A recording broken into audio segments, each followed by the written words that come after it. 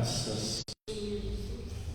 Eu já preguei muitas vezes nesse salmo e acerca da vida, mas como hoje é o 51º dia da minha campanha, aprove então estarmos aqui para meditarmos um pouquinho dentro desse salmo. E o que eu vejo muito enfaticamente aqui nesse texto, nesse cântico, é um arrependimento proveniente de um bom caráter. Mas precisamos entender uma coisa: mesmo uma pessoa que tenha um bom caráter, ela está suscetível a erros, ela está suscetível a pecar, ela tem a tendência gritante de errar, de transgredir, e isso é inerente ao ser humano, porque todos nós estamos sujeitos aos erros, aos fracassos, aos desapontamentos. Gente, quando Paulo tratou com a igreja de Corinto, principalmente a primeira epístola, muito obrigado, meu irmão, Deus recompense. Amém, Jesus. Ele está lidando lá com pessoas difíceis, pessoas complicadas. E Paulo ele passa muitas recomendações absolutamente relevantes àquela igreja, principalmente no que diz respeito à verdadeira devoção diante de Deus e à verdadeira espiritualidade. Eu gosto muito de meditar no capítulo 10 de 1 Coríntios, onde ele usa exemplos do Antigo Testamento, mas esses exemplos são válidos para a igreja que ele estava se dirigindo, à igreja de Corinto, e também são exemplos válidos para todos nós. Como Deus foi tratando com as pessoas ali no deserto, e um povo que provou dos milagres e das maravilhas do Senhor, viram feitos tremendos e terríveis da parte de Deus, mas mesmo assim tinham aquela tendência gritante de errar, de pecar, de transgredir, e foram ficando pelo meio do caminho. O texto lá fala de 23 mil mortes por causa de pecados sexuais, pessoas que foram mortas pelas serpentes e também pelo destruidor, tudo dentro da permissão de Deus. É interessante que no versículo 12 de 1 aos Coríntios 10, Paulo declarou assim: aquele que está de pé, cuide que não caia, cuide que não caia. Ou seja, nós, amados, precisamos ter muito cuidado conosco mesmo, porque nós vemos aqui um homem bom, um homem escolhido de Deus, que teve erros terríveis na sua vida, teve momentos que fracassou como pessoa, como homem, como gente, errou muitas vezes.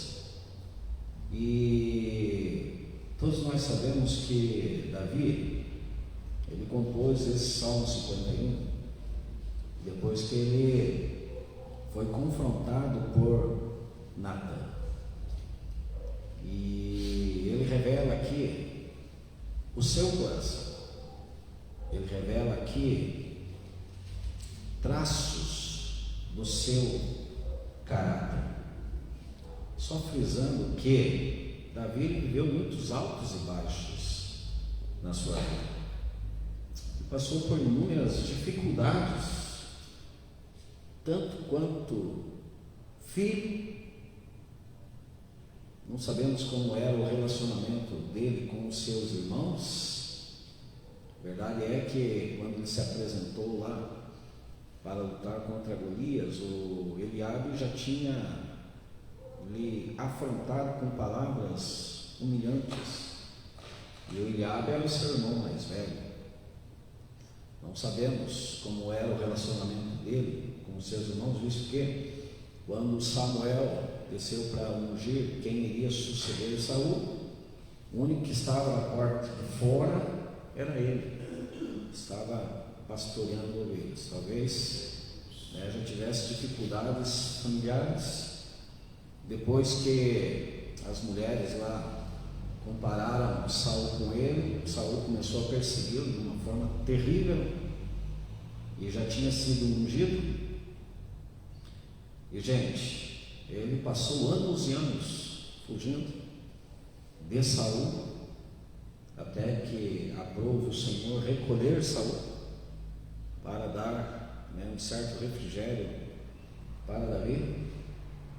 Mas as lutas não cessaram, e à medida que nós vamos lendo em Salmos, a quantia que Davi faz menção de inimigos, as gritantes dificuldades que ele teve. Afinal de contas, por causa do seu erro com Batseba e diante da morte de Urias, Deus foi tão impetuoso com ele no que diz respeito às penas.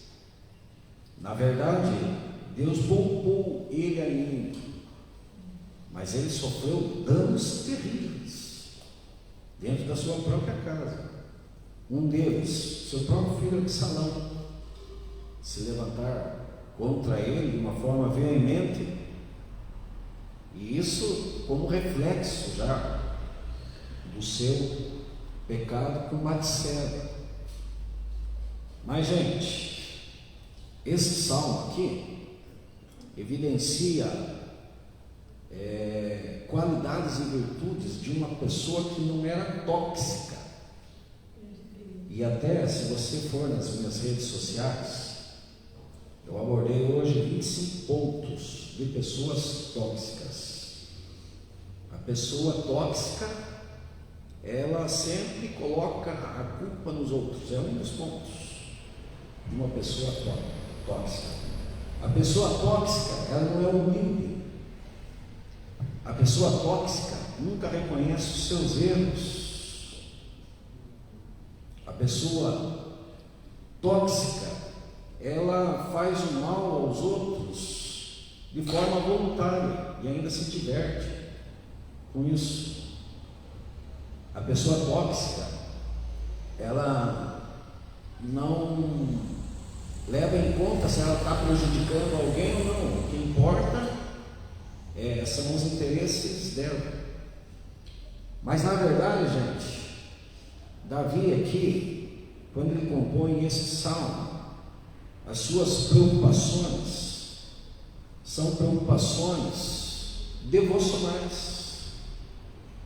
Afinal de contas, ele já tinha recebido uma sentença, e uma sentença séria, da parte profética, da parte de Deus. Porque você receber palavra de homens, palavras muitas vezes de afronta, é uma coisa, mas você receber uma palavra de Deus, dizendo: porque você agiu assim, assim, assim, agora a coisa será assim, assim, assim. Gente, não deve ser nada fácil. E olha, é aquilo que Paulo declarou lá em Gálatas 6:7: Deus não se deixa escarnecer. Tudo aquilo que o homem semear, isso ele colherá. Interessante é que ainda assim, Davi sofrendo toda a barbaridade que sofreu, Deus foi muito misericordioso com ele. Abre o texto comigo, só para nós darmos uma conferidinha, em Números 15.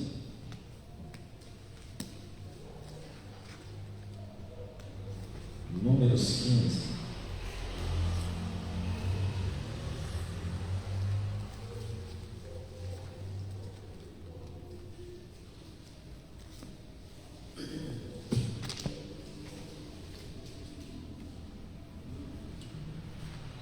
Números 15.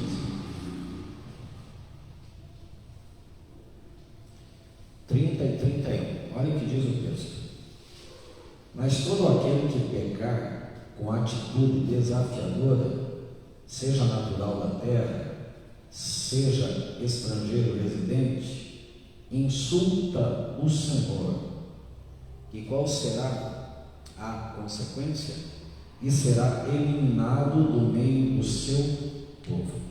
Era isso que teria acontecido com Davi, ou teria que acontecer. 31.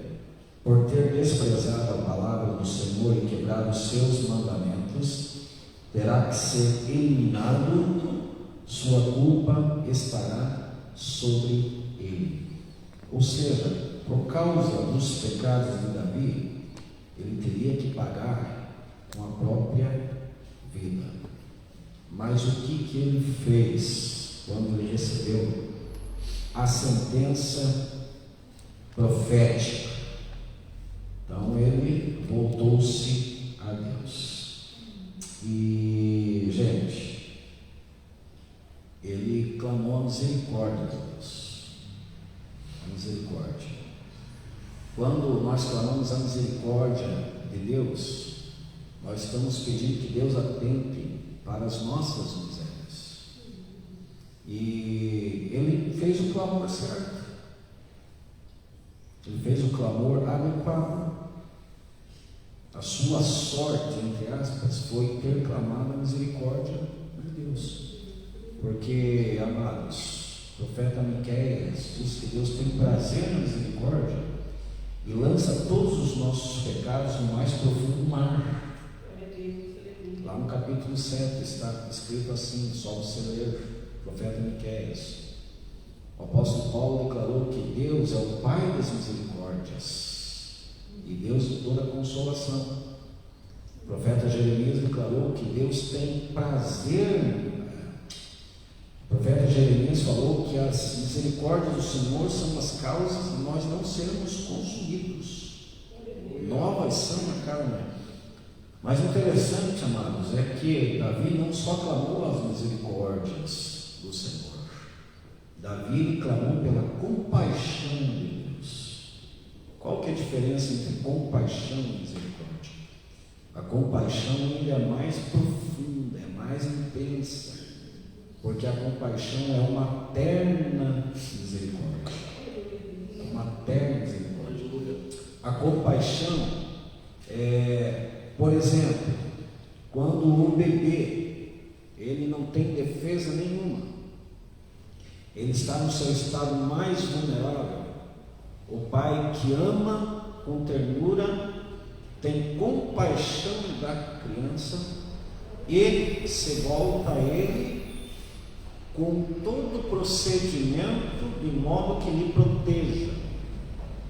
Então, o que Davi está pedindo é exatamente isso. Ele está extremamente vulnerável, então ele está pedindo a terna misericórdia do seu pai.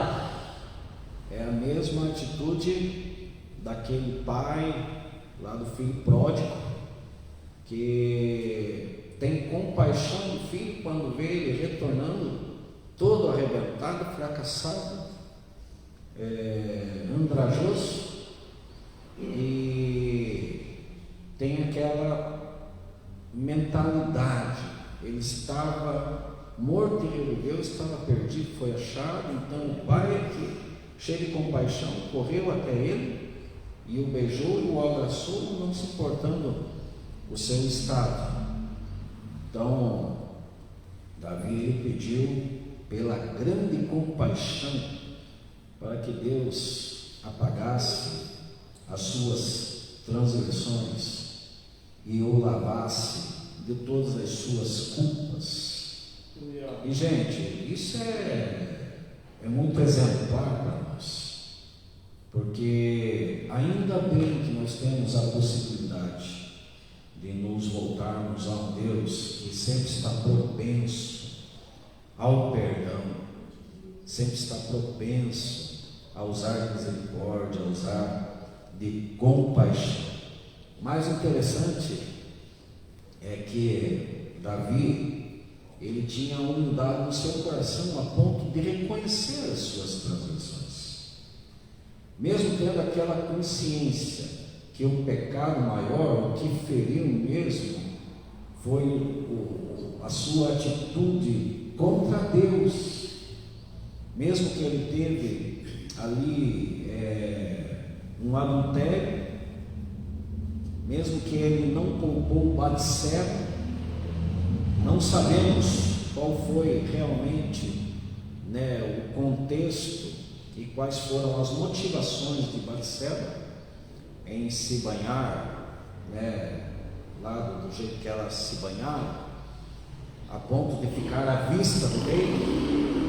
Não sabemos se ela estava tomada de repente ali, de um espírito de sensualidade, mas na verdade, o Davi, quando ele perguntou quem era Batseba, ele ficou sabendo que era uma mulher casada.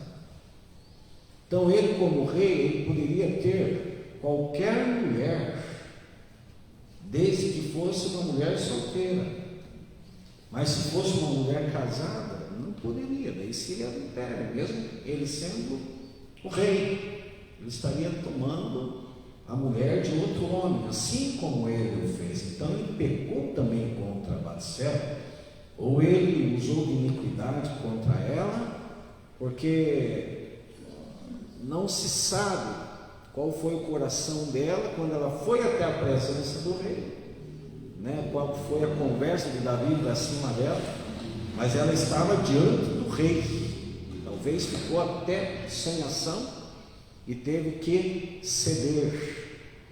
E, gente, o grande culpado de tudo isso foi Davi, mas o mal maior ainda foi contra Urias, um fiel soldado, que tinha ainda muito mais brio, muito mais vergonha na cara do que o próprio Davi.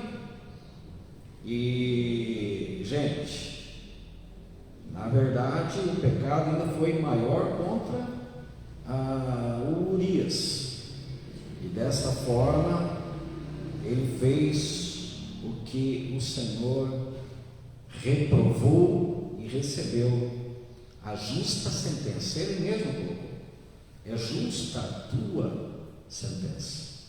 Mas, por outro lado, ele tem plena consciência de que ele pecou contra Deus de forma relevante e que o dano seria grande por causa disso. Ele tem a confissão, ele tem um arrependimento, ele tem um reconhecimento. É como o filho pródigo, que chega num momento que ele cai em si e ele admite, dizendo assim: eu pequei contra o céu, eu pequei. A mentalidade daquele filho pródigo era: eu pequei perante ti e não sou digno de ser chamado filho. E quando ele chegaria até a presença do Pai, ele confessaria os seus pecados. Então, gente, Davi, ele vai nos dando exemplos bastante importantes no que diz respeito a uma vida devocional com Deus, a uma vida de intimidade com o Pai, e tendo a consciência das suas vulnerabilidades, porque ele, quando ele compôs esse salmo aqui, ele não acusou ninguém, ele se reportou somente a ele mesmo, e é isso que fez a diferença para que Deus lhe poupasse da morte, porque a sentença adequada seria a morte. Mas, amados, finalizando essa palavra, as suas preocupações são com o seu coração, com o seu coração. E quando eu medito no verso 10, onde ele pede um coração puro para Deus, eu vejo que isso é de vital importância para todos nós, porque Deus é especialista em mudança, Deus é especialista em transplante cardíaco espiritual. E gente, todos nós sabemos que o coração é um potentíssimo aliado ou um potentíssimo inimigo, porque na verdade Davi foi derrotado pelo seu próprio coração, quando ele se deparou com uma situação onde ele não teve domínio de si, ele não teve autocontrole, ele não soube se auto-administrar diante daquela situação com Batseba. E queridos, é notório, é verdadeiro. Jeremias foi muito feliz quando declarou que o coração do homem é enganoso e perverso, mais do que todas as coisas. Quem o conhecerá? Nós só conhecemos o nosso próprio coração diante das situações que a vida nos apresenta. Aí você verdadeiramente sabe quem você é de verdade. Aí que entra aquela questão: será que eu estou conseguindo me auto-administrar diante de tudo aquilo que me acomete, diante de todas as circunstâncias da vida, diante de todas as atitudes das pessoas, diante de todas as palavras que eu ouço? Será que eu estou tendo um domínio de si ou de mim? E o meu coração, como que está querendo agir, como que está respondendo, correspondendo a tudo aquilo que me acomete? Então, gente, Jesus falou que não é o que entra pela boca que contamina o homem, mas sim o que sai. E o que sai procede do coração.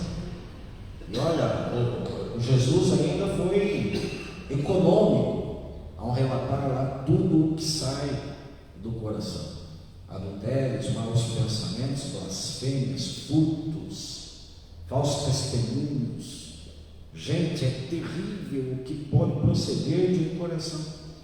Então, o Davi, ao mesmo tempo que ele está muito preocupado com a sua vida com Deus, a sua questão devocional, ele já tinha observado o Saul endemoniado, sem o Espírito Santo. No entanto, ele tinha que tocar a harpa para o Saul ter um pouco de paz. E uma das suas preocupações era: não retires de mim o teu Espírito. Ele está pedindo, gente, ele está preocupado com as pessoas, ele não é tóxico, certo? Ele está pedindo para que Deus ministre a sua vida, para que ele possa ensinar os outros transgressores. Ele vive as experiências e ele está preocupado com que outras pessoas não caiam no mesmo erro e não sofram as mesmas consequências e não tenham os mesmos fracassos. Ele está muito preocupado com isso. Ele está preocupado com o louvor, porque Davi foi um verdadeiro adorador que adorou a Deus em espírito e em verdade. O maior salmista, gente, o maior salmista. Mas naquele momento talvez ele não tinha nem forças para cantar depois que ele pecou daquela maneira. Então, o que ele pede para Deus? Abre a minha boca e minha boca entoará o teu louvor. Porque o louvor que edifica o homem é aquele que procede do Espírito Santo de Deus. E nós sentimos quando Deus se agrada verdadeiramente do nosso louvor. É um louvor que não sai da boca para fora, mas é um louvor que vem do coração, e Deus plantou essa bênção no nosso coração para que nós possamos sentir a sua presença quando nós entoamos o seu louvor. Talvez Davi não tivesse sentido mais nada quando louvava a Deus, mas ele pediu para Deus. Só que a preocupação maior dele ainda era: cria em mim, ó Deus, um coração puro, e renova dentro de mim um espírito reto. Olha, gente, um dos conselhos que ele deu para o seu filho Salomão, e parece que ele não foi muito válido. Provérbios 4:23: sobre tudo que se deve guardar, guarda o teu coração, porque dele procedem todas as saídas da vida. Nós precisamos pedir constantemente isso para Deus e guardarmos o nosso coração, para que nós possamos não somente ter cuidado da nossa vida devocional, mas ter cuidado, de nós mesmos, diante de tudo aquilo que nos rodeia, tudo aquilo que nos permeia, tudo aquilo que nos tenta, tudo aquilo que nos atende, tudo aquilo que nos envolve, tudo aquilo que vem contra nós, de repente, proveniente do próprio Satanás, como setas, como dardos, como provações, e a maneira que nós vamos responder a tudo isso precisa ser segundo o coração de Deus, porque se nós formos agir muitas vezes segundo o nosso próprio coração, gente, nós vamos falhar, nós vamos pecar, nós vamos transgredir.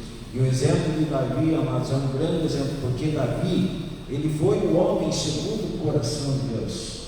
Mas em que sentido ele foi o homem segundo o coração de Deus? Segundo a sua obediência, segundo o seu arrependimento, segundo a sua humildade. Um exemplo de humildade, declarou que um coração quebrantado, um espírito quebrantado, um coração contrito, Deus não despreza. Então, Deus não despreza algo humilde, aquele que confessa os seus erros, suas transgressões. E, gente, mas nós precisamos verdadeiramente pedirmos para Deus que Ele nos visite, que Ele nos governe, que Ele nos perdoe e que Ele crie em nós um coração puro a cada dia. E nós podemos louvar a Ele por essa rica oportunidade de buscarmos a sua face, de podermos pedir perdão por tudo aquilo que fazemos de forma consciente e inconsciente, e o Senhor está sempre disposto a perdoar, a nos abençoar, nos dar um novo recomeço, no nome de Jesus Cristo. Amém, gente? Vamos orar, pode ficar à vontade, do jeito que vocês